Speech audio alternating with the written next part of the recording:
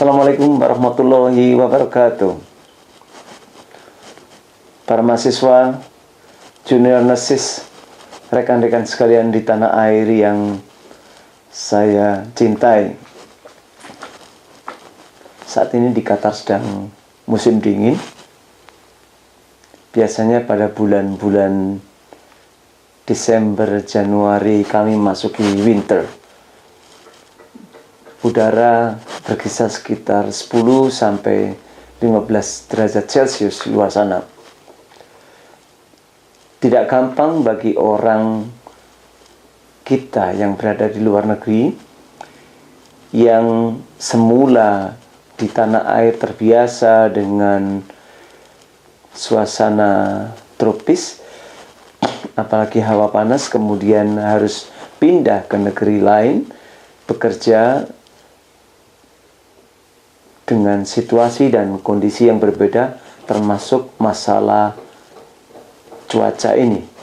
Sementara pada musim di bulan-bulan Juli, Agustus bisa panas sekali, suhu udara bisa mencapai 50 derajat Celcius. Anda bisa bayangkan. Oke. Saudara-saudara sekalian, saya ingin berbagi tentang langkah-langkah apa yang harus Anda siapkan sebelum berangkat ke luar negeri. Ada 5 langkah konkret yang perlu Anda siapkan sebelum Anda memutuskan untuk berangkat ke luar negeri. Yang pertama, penting sekali melakukan research. Anda bisa lakukan riset apakah lewat pencarian data di internet atau lewat teman-teman Anda yang sudah berangkat ke luar negeri, atau dengan jalan mengikuti seminar atau workshop tentang pekerja Indonesia yang berada di luar negeri. Dari situ Anda bisa membandingkan antara profesi yang satu dan yang lainnya, baik itu keuntungan maupun kerugian yang mereka alami selama bekerja di luar negeri. Dengan research akan membantu melengkapi keputusan Anda tentang benefits atau drawbacks apabila kita bekerja di luar negeri. Yang kedua, tentukan tujuan. Apa sebenarnya tujuan Anda ke luar negeri? Apakah tujuan Anda ingin memperoleh keuntungan finansial, mengumpulkan duit dalam jumlah banyak? Atau Anda ingin ke luar negeri karena tujuan profesional? Misalnya ingin mengembangkan atau melanjutkan pendidikannya, atau memperoleh pengalaman sesuai dengan peminatan Anda, atau Anda memiliki latar belakang sosial, ingin tahu bagaimana kondisi luar negeri, memiliki teman-teman yang non-Indonesia, atau ingin tour ke berbagai negara, atau tujuan sosial lainnya. Penentuan tujuan ini penting sekali karena tanpa ada tujuan yang jelas, bisa jadi keberangkatan Anda ke luar negeri akan sia-sia. Yang ketiga, sesudah merumuskan tujuan, perlu Anda lakukan yang disebut dengan self-assessment. Artinya, Anda perlu mengevaluasi diri sendiri. Jangan sampai Anda berangkat ke luar negeri tanpa mengetahui apa potensi yang Anda miliki, kelebihan serta kekurangan apa yang Anda miliki, sehingga berangkat ke luar negeri bisa jadi akan menjadi impian.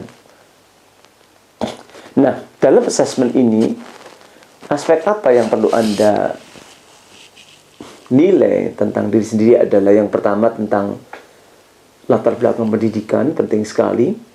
Karena jika Anda tidak memiliki level pendidikan yang khusus sesuai dengan pekerjaan yang Anda harapkan di luar negeri nanti, maka boleh jadi Anda tidak akan mendapatkan perlakuan sebagaimana yang Anda harapkan.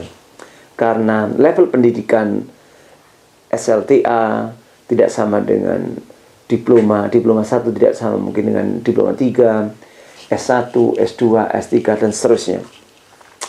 Yang kedua, Anda juga perlu melihat pengalaman Anda, karena kalau Anda fresh graduate, artinya baru lulus, bisa jadi kemungkinannya kecil sekali untuk langsung berangkat ke luar negeri, karena rata-rata end user atau pihak yang akan mempekerjakan Anda di sana menginginkan Anda sudah memiliki pengalaman yang cukup. Dalam arti biasanya mereka membutuhkan sekitar 2 tahun minimal. Yang ketiga, training. Latar belakang pendidikan atau pengalaman yang cukup aja terkadang harus dilengkapi dengan training. Jadi perolehan training itu penting sekali. Misalnya Anda yang latar belakang pendidikannya kurang mendapatkan pengkayaan dalam bahasa Inggris, barangkali Anda perlu memperoleh pelatihan bahasa Inggris guna memperkaya kompetensi Anda. Kemudian yang keempat, langkah keempat adalah Anda perlu siapkan dokumen. Dokumen-dokumen apa aja yang perlu Anda siapkan nanti? Yang pertama tentu saja terkait dengan pendidikan Anda, kemudian yang terkait dengan pengalaman Anda, serta yang terkait dengan pelatihan Anda.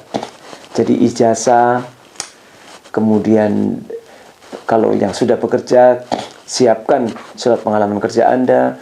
Kalau ada memperoleh training-training, sertakan itu, termasuk juga dokumen lain yang terkait dengan syarat-syarat pemberangkatan apabila kita keluar negeri, seperti paspor, surat keterangan sehat. Barangkali juga mungkin dibutuhkan semacam surat izin, apakah itu orang tua atau suami atau istri Anda bagi Anda yang sudah menikah. Dengan menyiapkan dokumen seperti ini, Anda akan merasa yakin bahwa kelengkapan secara administratif itu ada di tangan Anda. Yang terakhir adalah implementasi. Implementasi ini adalah merealisasikan rencana Anda sebelum berangkat ke luar negeri. Bagaimana cara mengimplementasikan? Anda perlu memprioritaskan masalah. Jadi kalau tadi yang saya sebutkan bahwa menyiapkan dokumen dalam bahasa Inggris misalnya adalah hal yang sangat penting, maka itu harus Anda lakukan. Siapkan dokumen-dokumen Anda, misalnya ijazahnya masih dalam bahasa Indonesia, harus diterjemahkan. Kalau belum punya paspor, siap untuk mendapatkan paspor ke kantor imigrasi, melakukan atau mengisi formulir guna memperoleh paspor. Kemudian Anda juga bisa menghubungi PT-PT yang memberangkatkan ke luar negeri, atau Anda bisa juga langsung mengirimkan permohonan ke negara atau ke lembaga di mana Anda akan bekerja sesuai dengan negara peminatan Anda. Nah, dalam implementasi ini penting sekali Anda pahami bahwa berangkat ke luar negeri itu tidak gampang. Saya sendiri sempat menunggu 2 tahun sebelum pemberangkatan, karena ada saja hal-hal yang berada dalam genggaman kita, namun tidak sedikit yang berada di luar kendali kita. Ringkasnya, untuk berangkat ke luar negeri dibutuhkan kesabaran.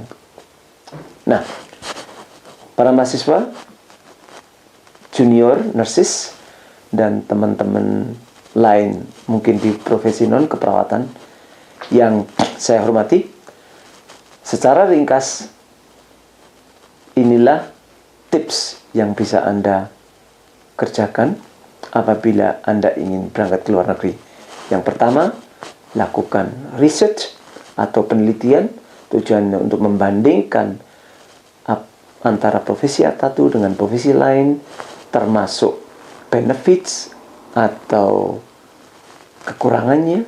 Kemudian yang kedua, tentukan atau rumuskan tujuan kenapa Anda harus berangkat ke luar negeri. Yang ketiga, lakukan self assessment. Yang keempat, tentukan langkah-langkah, rumuskan apa yang harus Anda lakukan. Yang kelima, implementasikan langkah-langkah yang sudah Anda rumuskan. Demikian dari saya, Indonesian Nursing Trainers. Wish you good luck with your future. Thank you very much. Assalamualaikum warahmatullahi wabarakatuh.